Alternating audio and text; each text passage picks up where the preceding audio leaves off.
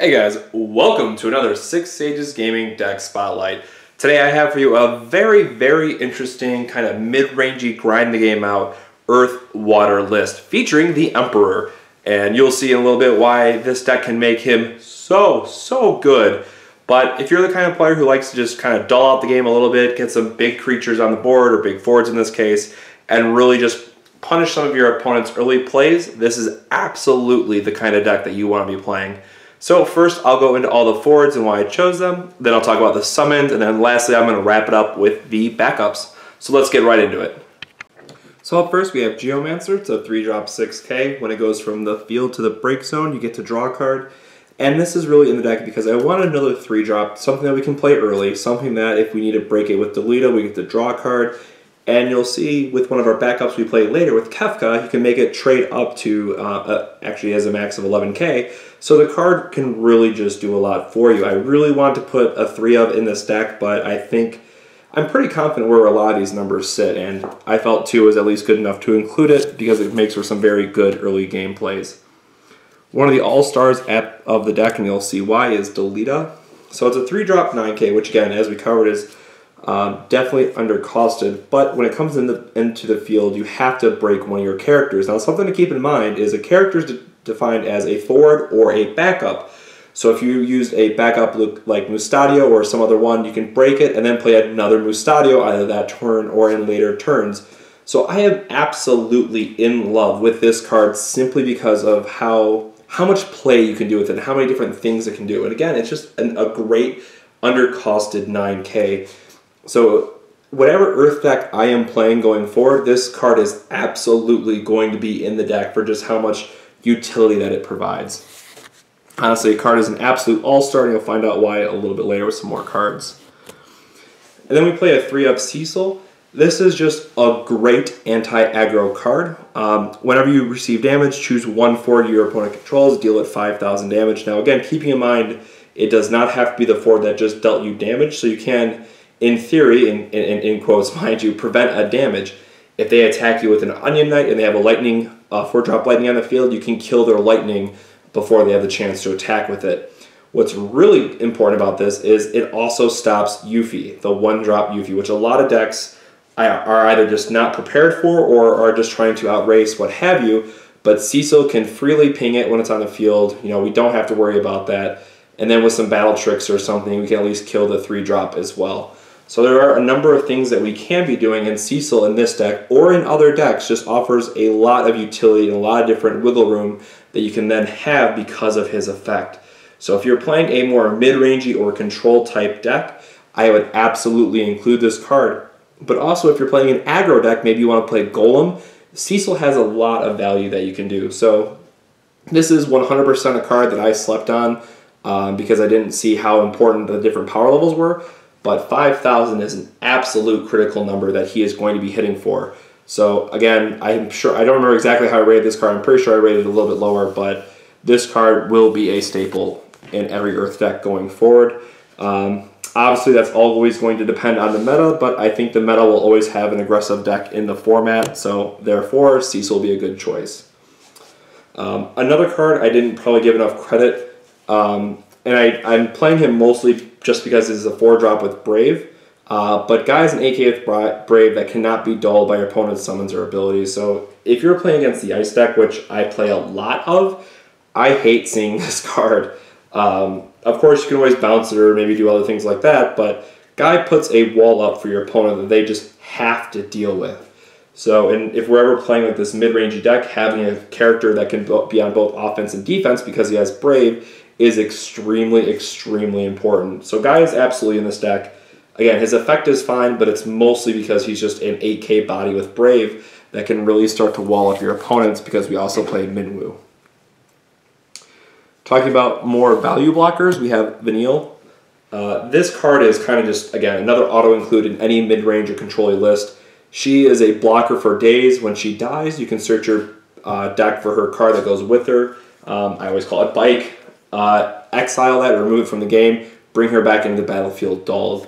There will be several games where you'll see later on we have play card Kafka that we boost her for damage, so she's hitting for 12, kill off their big guy, search our deck for a Bike, and then just get to replay the Vanille for practically value, because there are some matchups where her other card won't be, I'll just put it on camera real quick, her other card won't be of much value, but you always have the option to either, again, 1, discard it for crystal points, or 2, use her as a blocker and then get rid of that card from your deck. And then it's also considered deck thinning, which can be something very important for this deck.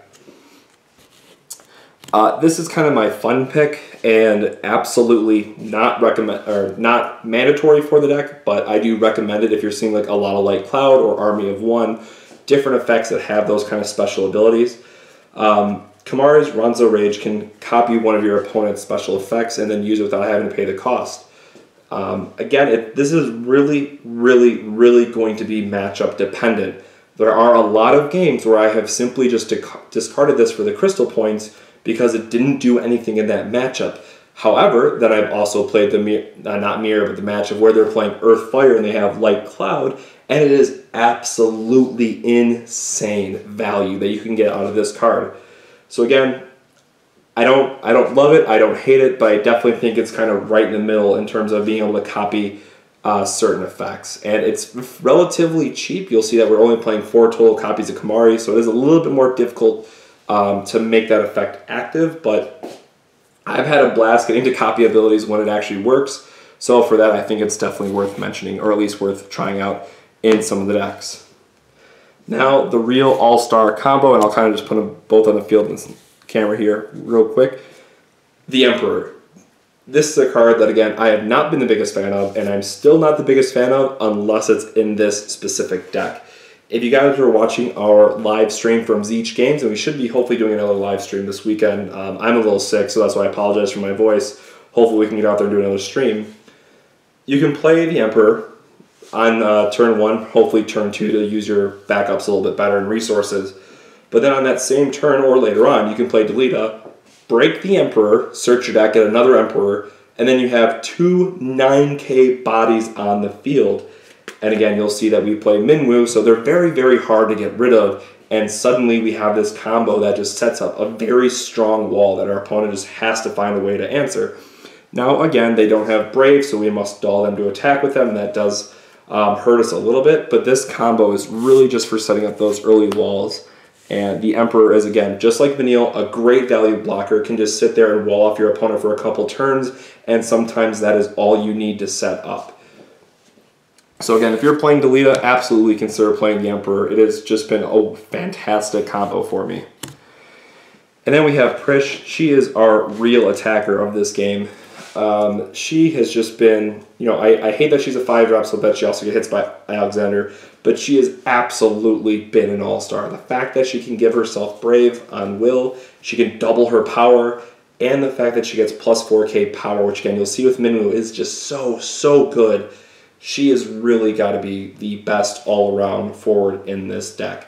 Again, she's great on defense, she's great on offense, and she has Brave. I absolutely, or can have Brave, I guess I should say. I absolutely love this card, and more often than not, this is the card that I'm closing out the games with, because again, she can just keep attacking for Brave. And once you have Minwu online, she is extremely, extremely difficult to deal with. Then lastly, rounding out our forwards, we have 2 of Cloud of Darkness. This is really just for one of our backups, which you'll see here in a little bit. We also play Tama, and that allows us to play characters at instant speed. Now again, you'll notice that we are playing a slower deck. It does take us a few turns to stabilize. It takes us a couple turns to get our field going. But what we can do with this is play her on their turn, so we can make them, kind of fake out their combat. But what's really important to note here is that Cloud of Darkness puts cards into the break zone. So again, if you remember the Emperor, we can play something like Cloud of Darkness, try to go for a board wipe. We can freely sack off the Emperor and get another one back into the field. Again, it's going to come into play dulled or what have you, but if we have that, we have Vanille, we have a lot of ways to recur our board, and suddenly we have 3 guys on the field where they're only going to have 1. And that has been able to really swing the tide in your favor if you pull that off. Now again, keeping in mind this is probably only going to work on your opponent once, and they'll be very, very wise very, very quickly after that. But if the game does become a best of 1 or you guys are playing best of 3, it does have that option to give you that out. And I think even if they can predict it and even if they can see it coming, I do think it's strong enough to absolutely warrant it in the deck. And we had 2 more slots to use, and it just felt like a good addition. Moving into our summons now, we have 3 of Bike, Hekaton Care, or however you pronounce it. This card has just been, again, I play Vanille always in my Earth deck, so it's just an auto add. But again, if they have Minwu or there's going to be an Aerith that we just have to deal with, sometimes there's going to be backups that you just have to have answers to, and that's where this comes into play. Now again, I am still a little heartbroken that they changed it where it has to be cost 3 or more, but that is still going to hit all the relevant backups that we need. Maybe they're winning the power battle and we just have to answer on Maria. There's so many good cards that this hits that can really hurt a deck. Or if you'll see that we're also playing Chant, but if they're playing her and they're very reliant on that color, we can kill their Chant and knock them off their additional colors. So absolutely play Vanille, play this card. They just work out so well together. Talking about card draw, we have Fairy as our another summon. This card is good. Now again, it's an EX burst, it'll draw us a card and it makes one of our guys active. This can give one of our guys Pseudo Brave, which is very, very important because again, it takes us a few turns to set up, we're going to take those early points of damage, and then we really need to be able to play defensive after that. So any way that we have to recover our guys or make sure that we can have some surprise blockers and make them think that they're safe and then surprise them with like a 9k blocker and make them lose their forward, that's absolutely an important effect to have. And again, it only costs 2 water crystals, so it's fairly cheap. And again, it does replace itself, which is extremely important. So for the direction that this deck wants to go in, I think Fairy is absolutely an auto-include. And then lastly, because we're playing water, and again, because we just need ways to dull out the game or stall the game a little bit longer, we have Leviathan. Sometimes this is just a great card to have, especially if your opponent overpays for something. Let's say they try to play a 6-drop on turn 1 or turn 2 and they just didn't have the proper backups to support it. You can heavily, heavily crush your opponent's tempo by just paying Leviathan and bouncing it back to their hand on your turn. And then suddenly they're down 3 cards where you only have to maybe say tap a backup and discard 1 card. Obviously discarding Leviathan as well for the cost. But this has been a card, it's great for saving you a couple turns. If you're really in a bind, you can bounce one of your own guys and you play Cloud of Darkness so you can keep one of them. There are multiple other things that you can do. Bounce a Cloud of Darkness if you really have to so you can play it again on your next turn. There's a lot of neat, intricate, minor details and minor effects that you can do with Leviathan that really do make it a great card, but you have to learn what those lines of plays are and you have to learn them to their full effect. So absolutely play with this card and I promise you'll see just how good it can be. Lastly, we're going to round it out with our backups. A 1 of Kamari, again, this is just because we play the 4-drop and I wanted another version of him to discard for Ronso Rage. And again, it's more narrow, but if we're playing against another Earth or Water deck, we can copy that effect and we also can fix our backups, fix our crystal points, I guess you would say, or crystal elements. And that allows us to play our turns a lot more smoother. And again, remember that we're playing Delita, so we're never really stuck to say, oh, I've played this 1 Kamari early, I can't play another one. No, you can play Delita, break your 2-drop backup, and then play the 4-drop Kamari. Obviously, that is less than ideal, but you do have that option in this deck because you are playing Delita. Again, you could also break one of your own backups with Bike, but that's not a legal target for it, so we must rely on Delita. Then we're playing a 3 of Talma. Again, if you are playing the more mid-range or control type lists in Earth, absolutely play this card as a 3 of. It's probably only going to work once, and your opponent's just going to know otherwise, but here's the facts. There's not a lot of good 2-cost backups in Earth, and you need to run 3 Earth backups as your 2-drop spot for Prishe. I would even recommend sometimes 4 or 5 just so you have that early Earth backup because it's so important to give her Brave. So you could run some other things like Geomancer or what have you, but this card absolutely trumps the rest of them just for the mid to late game utility that it does have, and it's very, very, very, very, very conveniently a 2-drop. So again, this card is really just the all-star, surprise blocker in the form of Prishe, surprise board wipe in the form of Cloud of Darkness, or again, because keeping in mind it says play a character, you can also pop in Chant and surprise them with that and wipe their board. Absolutely an amazing card to be playing. Then for our water 2-drops, We have a 2 of Yogg. This is really just to protect Minwu and to protect Kafka. We really don't care about our other backups all that much, but we needed another 2-drop in water. There's a few other ones you could play. This is absolutely not a must be in the deck type deal. I just wanted another 2-drop, and I wanted a way to protect Minwu because it is, in my opinion, very, very important to protect in this deck because we play Prishe, but there is certainly room to play other cards as well. And then we play 3 of Minwu himself. Again, not much needs to be said about this. Your cards must be dealt lethal damage or they won't break. This is just an absolutely amazing card to play with Delita, the Emperor, Prishe. I can just keep naming cards out of this deck. It really makes combat difficult for your opponent, and we're playing 3 just because we want to see it on turn 2 as reliable as possible. 2 of Kafka, just boosting the damage has been great, especially again if we're playing things like Vanille, who's only a 7k, but then we can pump her up a little bit to 12. She can then trade with one of your opponent's higher costed forwards. We get to search our deck for another one and then get to play it again. So Kafka is really just there to be able to boost the damage because he only breaks them. He doesn't remove them from the game or anything. 2 of Mustadio, it's a great EX effect. Because it is a named character, we don't want to overload on these. It's really just, we don't want to have to delete or break one of these because we have only so many deletas that we can play and so many other targets that we need to break. So we only are running this at a 2 of, and there were still multiple games where I would draw both copies, and for better or for worse, it does help, but being able to break a dulled forward can certainly help swing the game in your favor, and of course, it is getting to play a backup, so you're gaining a resource out of the effect. 2 of 5-drop Yuna. This is for 2 things. 1, the EX, which is basically Leviathan 4 and 5, that's perfectly fine.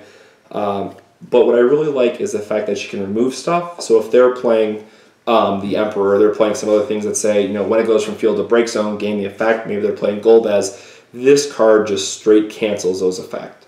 So again, we're not really often playing this for that effect, but it's nice to have it in the deck. And I did want another high-end water card we could use. And again, the fact that it bounces something, absolutely helpful as well. So this is just one of those cards that has a ton of utility in it, and I think because we are playing the slower decks, the bounce effect is extremely relevant.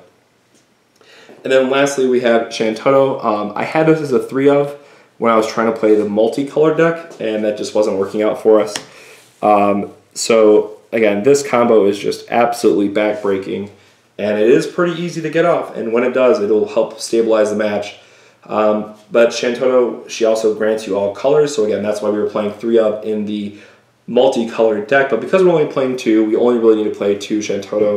I could definitely see grounds for 3, but I just didn't have enough room in the deck, so I left it as a 2 of. And again, keeping in mind that Tama says whenever you can break her and then put a character into play, so it can be a backup, and that is just, again, so good and so important to make sure that you are aware of that interaction and the different things that you can do with it, because it can surprise your opponent and just make their life awful for a couple turns. So again, I hope you guys like this deck. This is the Earth Water Brew featuring Delita and Emperor. Again, this combo is more or less the reason why I'm playing this color combination. And then again, having Minwu absolutely helps. And then you get Prishe for your main attacker for the deck. So again, I love this deck. You guys really do need to try it out. Again, sorry that I'm sick, so my voice is just not where it needs to be right now, but I really love doing these videos for you guys, so make sure you like, comment, subscribe, all that good stuff. If you have a friend who has a Earth Water Brew, share them this video, spread the word, let us know what kind of brews that they're doing, because I want to see all the different Final Fantasy decks that you guys are putting together. So drop in the comments, share our video, tag me on Facebook, whatever you want to do. If you tag 6 Sages Gaming somewhere, I'm going to see it. So thank you very much for watching, guys. I hope you enjoy this video, and we'll catch you on the next 6 Sages Gaming Deck Spotlight. Have a good one.